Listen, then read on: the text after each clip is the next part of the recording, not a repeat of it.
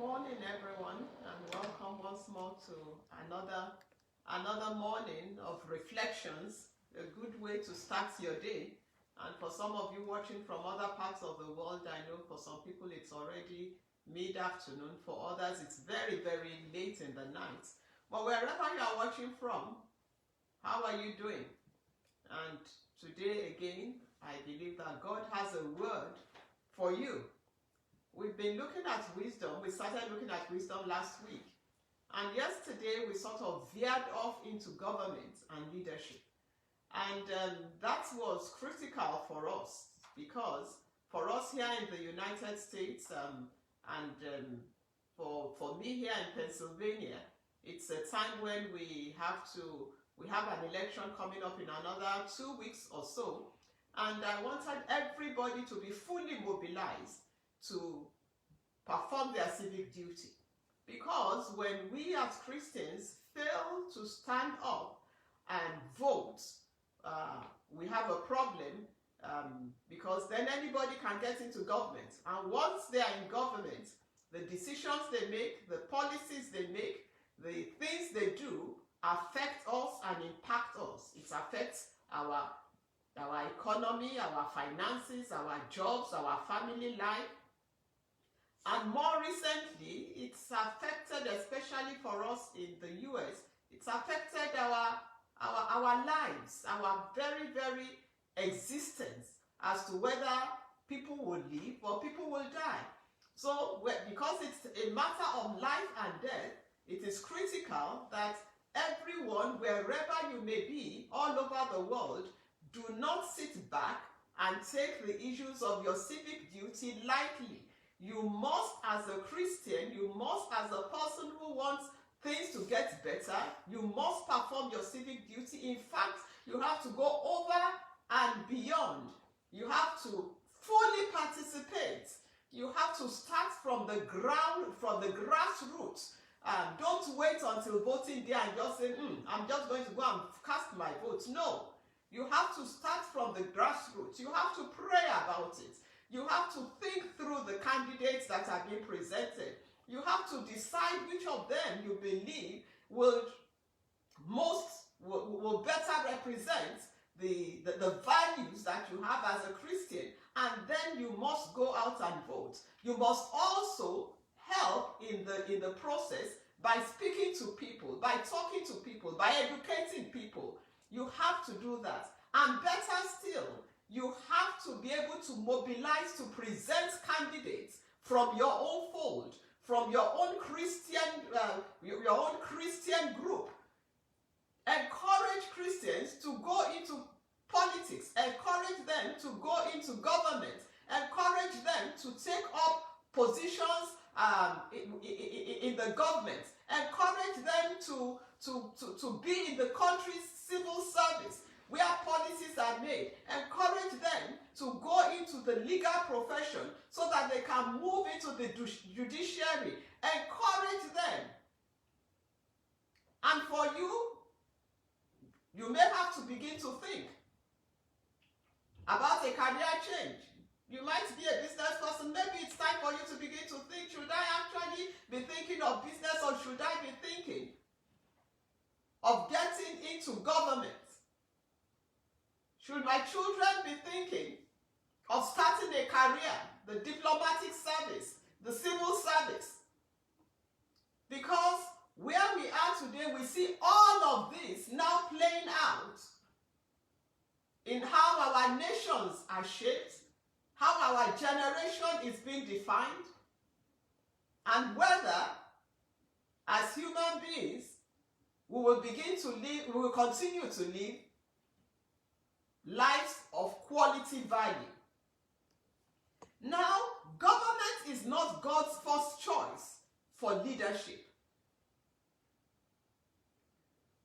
God's original plan for us was that He would rule and reign. The Lord Jesus is the King of kings, the Lord of lords. His initial original plan was that He Himself will direct what we do, how our governments are organized, If you go through the book of Leviticus, the Lord gave Israel rules, laws, how to practice their faith, how to run their government, how to legislate, gave them the basic principles that the Western world today uses in criminal and civil law. I'm an attorney by profession, a lawyer, and I remember in law school when we were being taught the law of tort, T-O-R-T, civil law, criminal law, I was astonished that some of those things we were being taught were actually from the principles, God, the laws that God had given to his children Israel as they formed a young nation.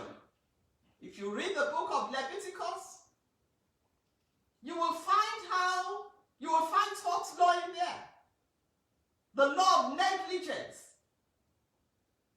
So God's original plan was that he would be the one who will run the government of the nation through his own chosen people who listen and hear from him.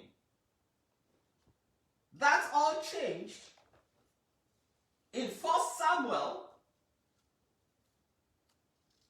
chapter 8, when the children of Israel said to Samuel, "Give us a king so that we may be like other nations.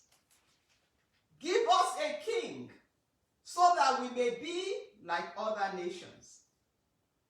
And that is why all over the world today we have the problem we have, because we want to choose leaders ourselves outside of the direction of God. And remember, anyone who is not a Christian, a spirit-filled Christian, a Christian who obeys and honors the Lord, anyone who is not a Christian hears from the devil. The Holy Spirit, they can't hear from him. So it should be no surprise that when we have such leaders, everything becomes chaotic because they do not hear from God. They do not fear God.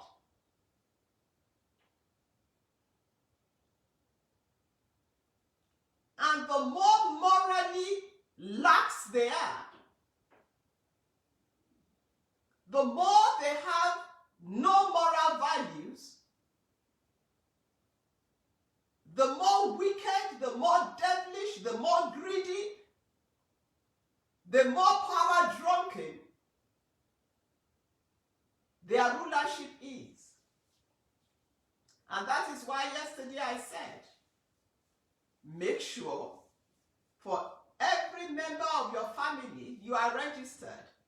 And the rationale for my saying, make sure you register in different political parties is so that in your family, no matter the political party that wins, you have a say-so in it. Remember, I also said, I do not belong to any party. I belong to the party of Jesus. That should be your principle too. But for strategy purposes, you register as a member of the political party. If your wife registers as a Democrat, you register as a Republican or vice versa. If there's another party, let some members of your family, just make sure that you have a say-so. And let each one of you work from the grassroots. Participate in party politics. Participate in going to the meetings. Because it's from those grassroots that you begin to wield influence. Don't wait until the election when the candidates are already chosen. Be the ones that choose the candidates from the grassroots so that we are presenting many godly choices, or at least one. Let's be strategic. And please, if you are in Pennsylvania, make sure latest tomorrow, if you have already registered, latest tomorrow, make sure you apply online to vote by mail, because it's closing. You have to be part of what is going on.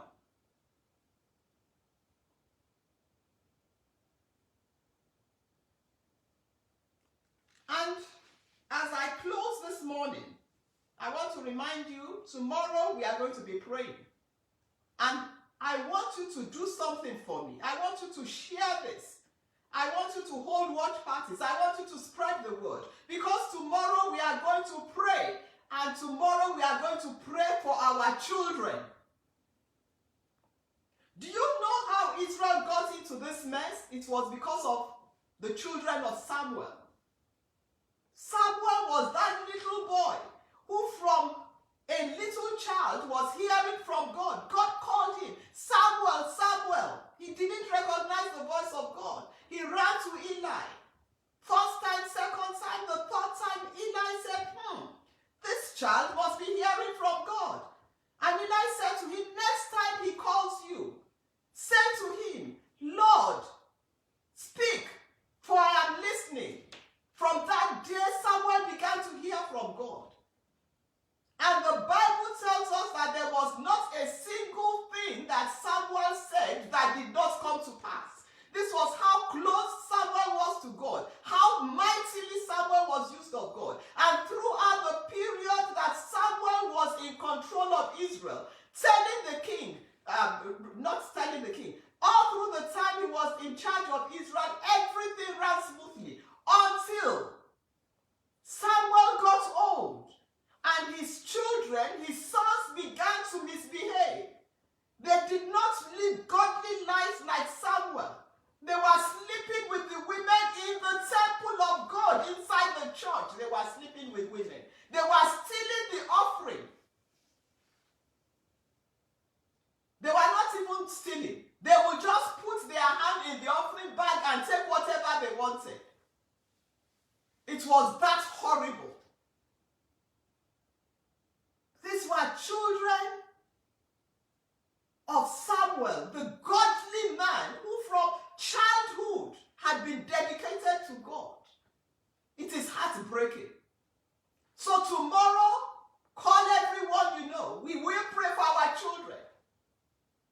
When the elders of Israel saw what the children of Samuel were doing, they could not stomach it anymore, and Samuel had already made his children to be rulers over Israel. They came to Samuel and said, we want a king.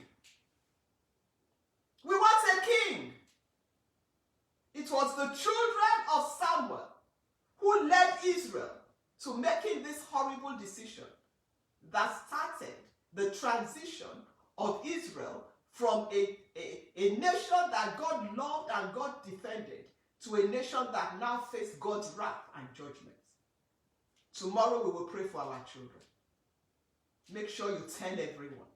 We will spend quality time praying that God will touch the hearts of our children. None of them will be like the children of Samuel. And if we have any that is already following that path, we are going to pray tomorrow that God will rescue them. And as God rescues our children, our nations will be rescued. Again, don't forget, go out, register, get involved in the local politics of your township, of your street. Be careful and use wisdom. Don't go there and be fighting. Be quiet and watch what they are doing, and from time to time give godly counsel. The Lord himself will instruct you. Don't get into the dirty parts of the politics. Just make sure that you are there. The Lord will protect you. Remember, tomorrow is prayer time for our children. May God bless you. May God keep you. And whatever you may be going through, I'm praying for you that the God of heaven will touch you. The God of heaven will deliver you. The God of heaven will meet you at your point of need. Heal your body, heal your mind, heal your soul, heal your finances, heal your emotions, heal your marriage, touch your children. Good morning, everyone. It's Funmi Obilana. Reflections. See you tomorrow for prayer by His grace.